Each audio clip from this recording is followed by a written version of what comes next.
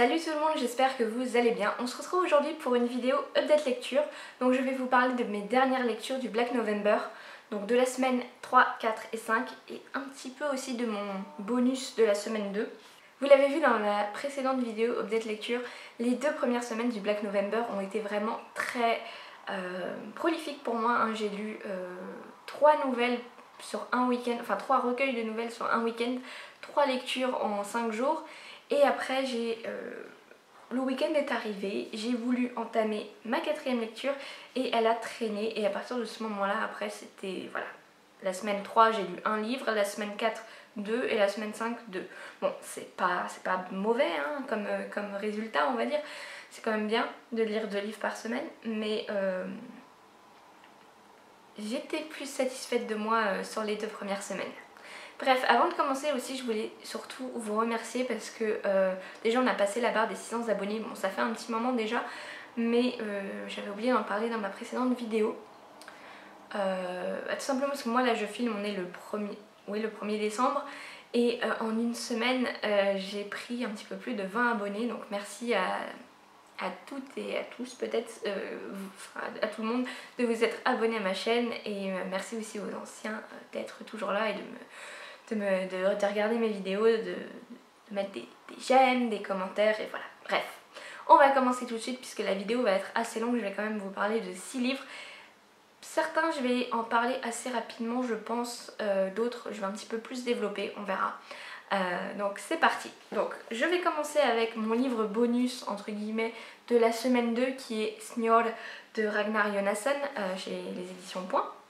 Donc celui-là je l'ai commencé le week-end de la 2e semaine et je crois que j'ai dû le commencer peut-être le dimanche, quelque chose comme ça. Et comme en fait le lundi c'était le 11 novembre, c'était férié, je me suis dit bon tant pis, le lundi je vais l'inclure dans le week-end parce que je me sens au week-end, pour moi c'est pas le début d'une nouvelle semaine.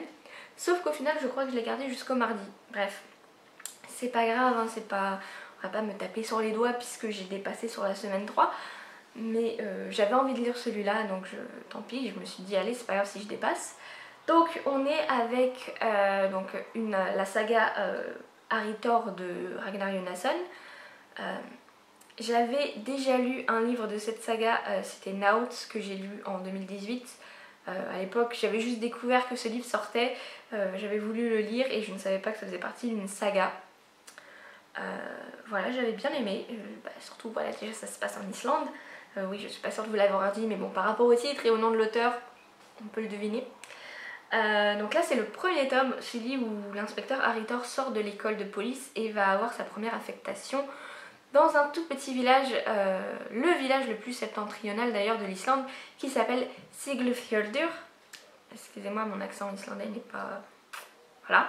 Bref, donc là c'est la première enquête. À la base il vit à Reykjavik avec sa copine Catherine, je crois qu'il fait des études de médecine. Lui c'est un ancien thésard en théologie et je sais pas pourquoi il a voulu devenir flic. Voilà. Et donc il va avoir, donc, comme je vous l'ai dit, sa première affectation à Siglufjordur, qui est un tout petit village où il ne se passe rien, quoi. Il y a 3 flics. Donc comme je vous l'ai dit, c'est le village le plus au nord de l'Islande, quasiment juste en dessous du cercle polaire. Donc l'hiver il fait quasiment nuit tout le temps, hein, et justement il arrive là-bas au mois de novembre. Et il va y avoir évidemment un meurtre, enfin une mort suspecte et ensuite aussi un meurtre, je ne sais plus, bref. Une mort suspecte qui va être assez vite classée par les policiers, sauf que Harry Thor, lui, il pense que c'est un meurtre, du coup il va un petit peu creuser. Non, il y a aussi une femme retrouvée à moitié morte, voilà, bref, j'avais oublié, c'est pas grave. Donc ça se passe dans une toute petite communauté, hein, tout le monde se connaît dans ce village. Lui c'est un petit peu l'étranger, il a beau être islandais, c'est quand même l'étranger qui vient là. Les gens ne lui font pas forcément confiance. Donc ça voilà, j'ai bien aimé un petit peu cette... c'est vraiment un huis clos, hein, parce que ça se passe dans un village, donc c'est en hiver, à un moment les routes sont coupées. Et vraiment j'aime bien d'un côté cette petite ambiance de petit village où tout le monde connaît les secrets de... Enfin tout le monde connaît tout le monde et tout le monde ragote sur tout le monde, bref. Et ce que j'ai beaucoup aimé, c'est... On a donc le personnage d'Harry Thor qui est assez... il vit un petit peu mal le fait déjà d'être tout seul, d'être coupé du monde, hein, puisque à un moment les routes sont coupées comme je vous l'ai dit. Il fait nuit quasiment tout le temps, encore plus que dans le sud de l'Islande. Et il vit ça un petit peu très mal, il se sent étouffé, vraiment il se sent vraiment claustrophobe alors que bon il est quand même dans un village. Mais j'ai beaucoup aimé ça et je trouve que l'auteur a réussi vraiment à très bien le retranscrire. Moi aussi je me sentais vraiment anxieuse à certains moments, moi qui suis claustrophobe et tout, je me sentais pas forcément très bien à certains moments. Et ça j'ai vraiment bien aimé. La plume de l'auteur est très fluide, enfin je dis la plume, est-ce qu'on peut réellement parler de la plume de l'auteur quand on a deux traductions entre ce que je lis et ce qui a été écrit? Je sais pas, tout simplement parce que c'est la traduction française de la traduction anglaise. Voilà, donc. Mais bon, ça se lit facilement, c'est fluide. Après, comme je l'ai dit, je crois pour Indrid Hasson, je sais, si l'histoire se serait passée dans un petit village de Suède, je ne sais pas si j'aurais autant accroché que là, que ça se passe en Islande en fait. J'aime bien, mais ça reste une lecture assez moyenne positive, mais quand même assez moyenne. De Ragnar Jonasson, j'ai beaucoup plus aimé La Dame de Reykjavik, ou La Femme de Reykjavik, je ne sais plus. Qui fait partie d'une autre saga, là c'est la saga... je sais plus. Bon, la saga d'Harry Thor, et ensuite il y a la saga Hidden Iceland, je crois, où il y a donc ce premier tome avec la Dame de Reykjavik et d'autres tomes, mais pas forcément avec ce personnage. Pour la troisième semaine qui était lire un thriller qui a été adapté en film ou en série, j'ai décidé de lire Avant d'aller dormir de S.J. Watson chez Pocket. Alors, celui-là, c'est un thriller domestique, donc on est avec une femme qui se réveille chaque matin et qui a perdu la mémoire, voilà, elle ne se souvient plus de rien. Et tous les jours, son mari est obligé de lui réexpliquer qui elle est, qui lui il est, pourquoi elle se souvient plus, enfin un petit peu toute sa vie quoi, clairement. Parce qu'il lui est arrivé un accident et en fait elle a oublié sa vie avant l'accident, mais depuis l'accident elle n'arrive plus à créer de souvenirs. Et du coup elle ne se souvient de rien. Et son mari lui explique tous les jours, voilà, sa vie. Sauf qu'elle va trouver un carnet écrit de sa main et où elle va savoir qu'il y a des choses qui ne concordent pas avec ce que lui a dit son mari. Voilà, ça c'est le pitch de base. J'ai bien aimé ce thriller, c'était une bonne lecture mais il restera pas dans les annales on va dire, tout simplement puisque là déjà 3 semaines après je ne m'en souviens plus. Je me souviens que c'était vraiment un vrai page turner, franchement j'avais envie de connaître la suite tout le temps.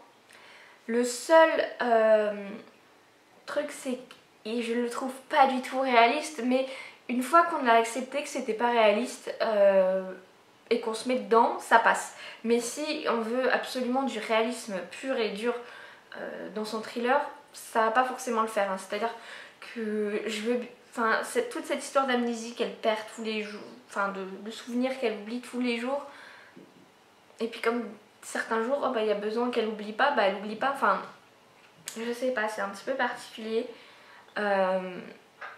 Et surtout, moi je me suis posé une question pendant tout le bouquin, et je crois que ça n'a pas été développé, c'est si elle ne dort pas une nuit, est-ce qu'elle va se souvenir le lendemain, ou est-ce que c'est vraiment quand elle dort? Parce que enfin moi je sais pas, on me dit quand tu dors t'oublies tous tes souvenirs, le premier truc que je fais c'est que je passe une nuit blanche. Enfin je sais pas, à aucun moment ça a été fait ça. C'est pas grave hein, mais c'est moi de moi-même, c'est comme ça que je réagirais en tout cas. Donc il y a un truc dont je me suis doutée et qui s'est révélé exact, voilà, mais après il y a eu quand même... j'essayais de regarder mes notes, donc je disais que j'avais trouvé, on va dire, la révélation finale globale, mais dans les détails je me suis quand même pris une claque dans la tronche. Donc on peut dire quand même que j'ai vraiment bien accroché à ce thriller, hein, mais comme je l'ai dit, voilà, c'est pas un coup de cœur et ça restera pas dans ma mémoire, hein, vu que déjà à l'heure actuelle, je me souviens plus trop des détails. J'ai voulu par la suite regarder l'adaptation avec Nicole Kidman et je ne sais plus, je vous mettrai la photo là de l'affiche du film. Et non, j'ai regardé vaguement en jouant sur mon téléphone en même temps. C'est peut-être pour ça en même temps que j'ai pas trop accroché. mais on m'avait dit en même temps que l'adaptation n'était pas super. Et non, j'ai pas accroché, j'ai pas regardé jusqu'au bout. C'est-à-dire, moi, il y avait des trucs qui se différenciaient et qui pour moi étaient importants. Et je déteste quand des films font ça, quand il y a un détail qui à mes yeux me paraît super important et qu'eux ils changent tout. Voilà, j'aime pas ça. Du coup non, l'adaptation, non. On passe maintenant à la 4e semaine où il fallait lire un thriller d'un auteur qu'on n'avait jamais lu. Donc là j'en ai choisi 2. Tout d'abord Désordre de Penny Hancock au livre de poche. Alors avant de commencer à vous parler du bouquin, ce qui m'a fait rire c'est que juste avant j'ai lu avant d'aller dormir et que on a en dessous le résumé une citation de S.J. Watson, auteur du best-seller Avant d'aller dormir. C'est un premier roman époustouflant, remarquablement écrit et totalement envoûtant.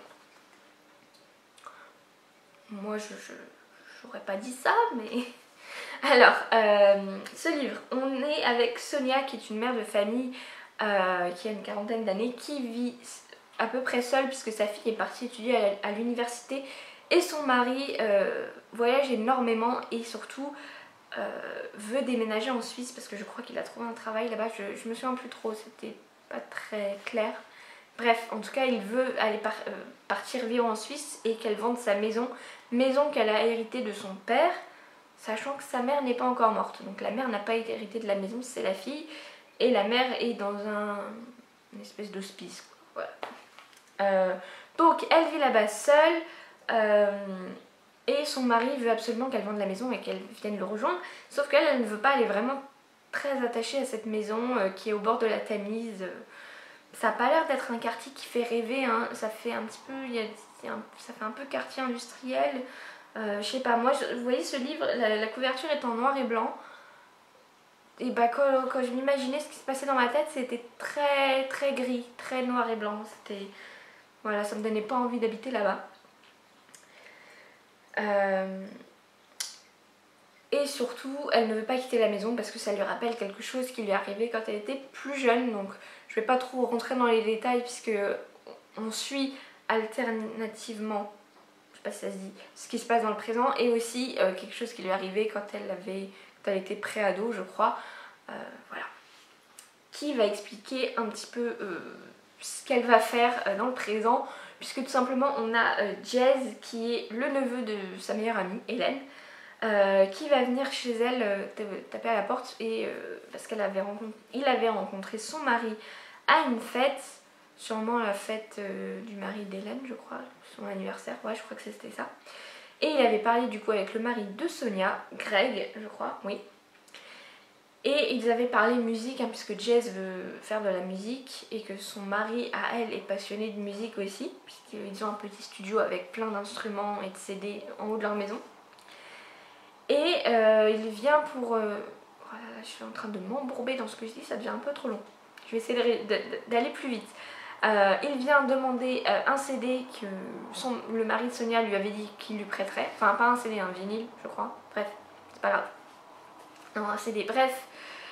Et donc du coup elle va l'inviter à rentrer et elle va lui proposer à boire et tout. Et elle va finir par le séquestrer, voilà, l'empêcher de repartir, le droguer, l'attacher, enfin voilà, l'empêcher de partir tout simplement. Et voilà, c'est ça qui va se passer, on va suivre un petit peu cette séquestration et en même temps ce qui se passait dans sa jeunesse à Sonia. Et j'ai pas aimé quoi, vraiment. Alors, clairement, Sonia aurait besoin de voir une psy, hein, ça c'est voilà, parce qu'on est vraiment dans sa psyché. On est vraiment, oui, dans vraiment ce qui se passe dans sa tête et elle a vraiment un pet au casque, on peut dire ça. Mais j'ai trouvé que c'était trop en fait. Je sais pas, elle m'a semblé, encore une fois, pas très réaliste cette Sonia. Vous voyez, d'un côté, elle sait que ce qu'elle fait c'est pas bien, mais en même temps elle peut pas s'en empêcher, je sais pas. Alors peut-être que, oui, peut-être que j'ai pas fait d'études de psychologie ni de psychiatrie, peut-être que c'est quelque chose qui peut arriver, mais moi ça m'a semblé quand même très gros, quoi, très peu réaliste.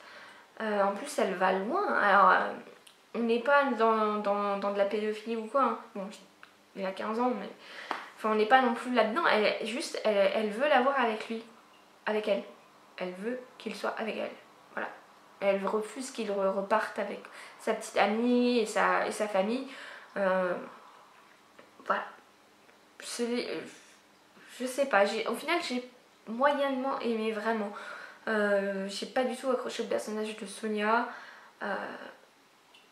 Et je vous ai dit, on était vraiment dans une ambiance grise dans ma tête. J'ai pas un bon souvenir de ce livre. Voilà. J'ai ensuite lu La mort des bois de Brigitte Aubert, donc toujours pour cette 4e semaine du Black November. Donc dans cette histoire, on se retrouve avec Élise qui a eu un accident. Elle a été victime dans un attentat à la bombe quand elle était en vacances en Irlande. Et du coup, elle est gravement touchée, même si les médecins ne savent pas exactement pourquoi elle a ce qu'elle a. Donc en fait, elle est paralysée de tout le corps. Elle est aveugle et elle est muette. Voilà, elle n'a que son ouïe pour vivre, on va dire. Donc elle vit avec une femme qui s'occupe d'elle, qui s'occupait de la maison de ses parents avant. Et ses parents sont décédés, je crois. Bref, en tout cas, elle vit dans la maison de ses parents avec cette femme qui s'occupe d'elle tous les jours. Et un jour, donc la femme l'emmène avec elle pour faire les courses, sauf que pour pas être gênée pendant qu'elle fait les courses, elle la met dans un parc. Voilà, elle dit qu'elle va faire les courses et après elle reviendra la chercher. Et à ce moment-là, il va y avoir une petite fille qui s'appelle Virginie qui va venir lui parler. En fait, elle va se rendre compte qu'elle ne voit pas et qu'elle ne peut pas parler. Et du coup, Virginie va lui dire des trucs et elle va lui parler d'un tueur d'enfants. Et voilà. Et très vite, en fait, comment elle s'appelle d'ailleurs, la femme qui s'occupe d'elle? Je crois que c'est... Ah, Yvette, voilà. Je savais que ça finissait en hête. Donc Yvette va du coup rencontrer la petite fille et son papa Paul. Et au début, il va dire non, embête pas la dame et tout. Et au final, il va y avoir une espèce de relation qui va se nouer. Ils vont devenir tous un petit peu amis. Souvent, Paul et sa femme et Virginie vont venir chez Élise et Yvette. Des fois, quand Yvette doit partir, elle va laisser Élise chez Paul et sa femme. Je ne sais plus comment elle s'appelle. Bref. Voilà. Et à chaque fois... Virginie va venir lui révéler des choses et elle a l'air de connaître assez bien le tueur. Voilà. Ce n'est pas la seule personne qui va venir lui révéler les choses, hein. Comme elle ne peut pas voir ni parler, les gens vont un petit peu la prendre pour sa confidente et elle va très vite connaître beaucoup de secrets sur beaucoup de personnes. Et voilà, elle ne peut rien dire à personne, ni à la police, ni quoi. Et voilà, bref, ça c'est le pitch de base. J'ai vraiment pas mal aimé, hein, plus que Désordre, en tout cas ça c'est sûr. Déjà ce que j'ai aimé, c'est mon côté un petit peu chauvin, ça se passe dans les Yvelines. Voilà, même si j'ai l'impression que certains noms de villes sont inventés. Comme par exemple la ville où se passe l'histoire, je crois que c'est Boissy-les-Colombes. Donc on dirait un mélange de différentes villes qui sont en Ile-de-France. Mais à un moment elle parle de La Verrière qui est une ville, voilà, que je connais, qui est une vraie ville. Elle parle au moment de Versailles aussi, donc bon, pas Versailles, c'est Versailles quoi. Mais voilà, la ville où ça se passe, c'est inventé, mais bon, je suis quand même contente que ça se passe vers chez moi. Par contre, j'ai trouvé quand même que ça se sentait que le livre date des années 90. Je sais pas si c'est l'écriture de la plume de l'auteur ou les événements, je sais pas, mais je l'ai senti un petit peu dans ce que je lisais, mais c'est pas non plus un mauvais point, hein. Voilà, ce que j'ai adoré, c'est que vraiment, l'auteur a réussi à nous faire déjà ressentir un petit peu comme Élise. Donc on a très peu de descriptions, hein, enfin même quasiment aucune, puisque on suit Élise et qu'elle ne voit rien. Donc on n'a pas de description, on se sent un peu comme elle, quoi, impuissant. On a que au niveau des personnages, on a vraiment que ce qu'on entend d'eux. Et ça, j'ai vraiment trouvé ça bien écrit et j'ai vraiment bien aimé. En ce qui concerne la chute, j'ai pas aimé la toute fin, c'est-à-dire que je crois on a en gros un personnage qui nous explique tout, pourquoi telle personne a fait ça, Enfin vraiment voilà, j'avais l'impression sur la fin d'être un petit peu dans Derrick. Super la référence. Ça n'a jamais été mon plaisir de regarder Derrick, mais des fois quand j'étais petite avec ma grand-mère, bah, j'avais pas trop le choix quoi. Et donc voilà, on a Derrick qui arrive chez le méchant et qui lui explique tout de A à Z, que c'est lui, pourquoi c'est lui, ce qu'il a fait, pourquoi on a trouvé que c'était lui. Voilà, j'ai trouvé que c'était un petit peu... J'aime pas quand on vous voyez, on a un personnage qui explique tout comme ça. J'aime pas ça. C'est ça aussi qui fait un petit peu peut-être le côté vieillot du livre. Donc, j'ai passé un bon moment, j'ai trouvé ça bien écrit. Mais par contre, on a un genre de petit cliffhanger à la fin. À la base, j'avais pas spécialement prévu de lire la suite, hein, qui est La Mort des Neiges. Sauf que il y a ce petit cliffhanger. Alors c'est pas du tout sur l'intrigue, c'est vraiment sur la vie d'Élise. Et j'ai envie de savoir en fait. C'est pour ça que je pense me procurer la suite bientôt. Voilà. Peut-être pas la lire tout de suite, mais je crois en plus qu'il est pas très bien noté la suite. Hein, mais c'est vraiment pour ce qui se passe pour Élise que j'ai envie de savoir la suite. Donc ensuite je vais vous parler d'un livre où j'ai un petit peu la pression puisque l'une d'entre vous d'ailleurs, je suis désolée, je ne me souviens plus de ton nom. Une d'entre vous me l'a conseillé mais plusieurs fois et du coup j'ai décidé de le lire pour le Black November. C'est Une journée exceptionnelle de Kera Ruda chez Pocket, donc il vient à peine de sortir en poche. Et voilà, du coup on est dans un thriller domestique, on est avec un mari et sa femme qui partent en week-end dans leur cottage au bord d'un lac. Et donc on va suivre Paul, le mari, qui est un petit peu, qui se considère comme le mari parfait, voilà. Et on va très vite sentir qu'il y a un truc qui cloche chez ce Paul, mais bon, voilà, je rentrerai pas dans les détails là-dessus. Donc on va suivre leur départ donc, pour le cottage et après aussi un petit peu quand ils vont arriver. Donc ce livre se passe sur une seule journée, hein. On commence, il est 9h30 je crois, et ça se termine bon, à 6h du matin. Enfin voilà, on est vraiment sur voilà, le matin 9h. On est à peu près sur 24 heures. Donc 24 heures de temps en 400 pages. Il y a des moments un petit peu lents et oui, ça a été un petit peu le cas. Donc oui, voilà, comme je vous l'ai dit, ce livre est très lent. Et pendant quasiment la moitié du livre, on est en voiture avec eux, donc ils font des arrêts à différents endroits. Mais j'ai eu un petit peu du mal au début, hein. C'était un petit peu longuet, même si on avait un petit peu une espèce de tension, un malaise qui montait au fur et à mesure du livre. On ne sait pas du tout ce qui se passe dans la tête de sa femme, on sait juste ce qui se passe dans la tête de Paul. Et il est un petit peu mystérieux, il va nous parler, en fait, un chapitre c'est en gros une demi-heure ou une heure, et en fait, bon, il conduit, il va avoir une petite conversation avec sa femme, et il va divaguer un petit peu dans ses souvenirs. Donc c'est un petit peu long ça, mais d'un côté c'est assez important pour comprendre un petit peu le personnage. Donc il va nous parler de sa vie, de sa rencontre avec sa femme, de son travail, des fois un petit peu de sa vie avant sa femme, de la naissance de leurs enfants, enfin voilà, il va vraiment se souvenir de tout un tas de choses. Et il va nous distiller les informations au fur et à mesure, voilà, pas forcément tout d'un coup. Donc voilà, en gros c'est ça, c'est le voyage et après la première soirée au cottage. Et j'ai dans l'ensemble bien aimé, hein. Alors ce qui m'a un petit peu dérangé, c'est que pour moi on peut résumer le livre en une phrase. Voilà, mais c'est pas ça le plus important, je pense que c'est vraiment la psychologie des personnages, surtout de Paul, aussi un petit peu de sa femme, hein, parce que, bon je vais pas rentrer dans les détails, mais après on apprend des choses sur sa femme dont on ne se doute pas.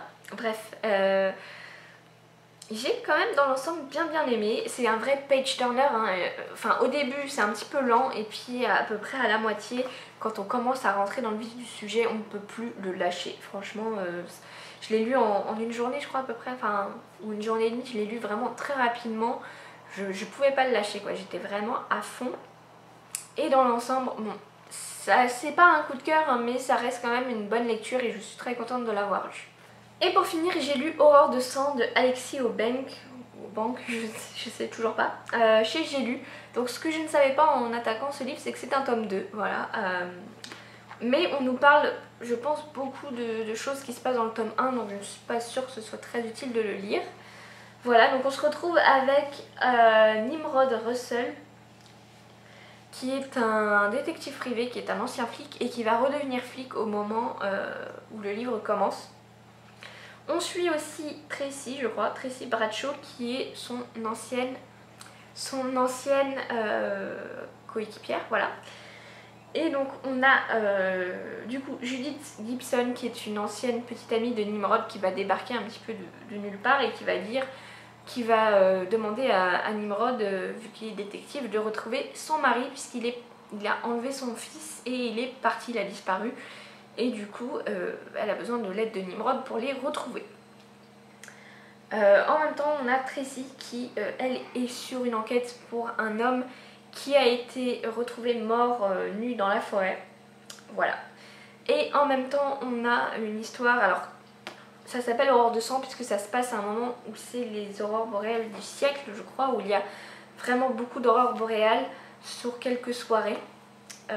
Et donc on a énormément de bateaux de croisière avec plein de touristes qui viennent en profiter. Et donc on a aussi une histoire avec des militants écologistes qui sont contre les bateaux de croisière. Hein. Et voilà, et tout ça va un petit peu se regrouper en une seule histoire que j'ai bien aimé. Voilà, c'est pas un coup de cœur, pareil. J'ai l'impression d'avoir lu que des livres que j'ai bien aimés, mais sans plus. Alors le côté Alaska, je l'ai pas trop, vous voyez, on n'a pas trop de nature, de description et tout et tout. Pour une histoire où on suit des enquêteurs, ça va, j'ai bien aimé parce que je vous l'ai dit, hein, j'ai de plus en plus de mal à lire des histoires où on a juste des enquêteurs qu'on suit. Là ça a été, c'est surtout parce qu'on aborde un thème que j'allais dire que j'aime, oui, que j'aime bien lire en tout cas. Et qui en plus j'ai l'impression va être développé dans le tome 3. Tome 3 qui en fait quand j'ai vu la fin j'ai tout de suite eu envie de lire le tome 3. J'ai vu qu'il était, je crois, sorti en brochet il y a un petit moment et j'ai découvert qu'il allait sortir en poche. Alors au début j'ai cru que ça allait être bientôt. Vous savez, quand vous regardez sur Amazon il y a marqué recevez-le le temps, et j'ai vu le 4, donc je me suis dit ah, ça veut dire qu'il sort le 4 décembre, c'est parfait et tout, il sort vraiment, je suis vraiment dans le bon timing. Et après quand j'ai cliqué sur le dessus, j'ai vu qu'il sortait le 4 novembre 2020. Voilà. Je savais pas que c'était possible de prévoir autant de temps à l'avance qu'un livre sorte. Donc bon, bah, j'achèterai le poche en novembre 2020 sans doute. Puisque oui, comme je vous l'ai dit, le thème, un thème qui est assez présent dans ce livre, va être sûrement développé dans le tome 3. En plus on a une petite révélation finale que j'ai vraiment bien aimée et qui pareil va avoir un rôle assez important dans le tome 3. Donc j'ai juste super hâte de lire le tome 3. J'ai passé un bon moment, c'était très très divertissant. Ça faisait vraiment un petit peu film à l'américaine, voilà, film d'action. C'est pas ce que je préfère, mais j'ai quand même passé un bon moment, c'était divertissant. Et voilà.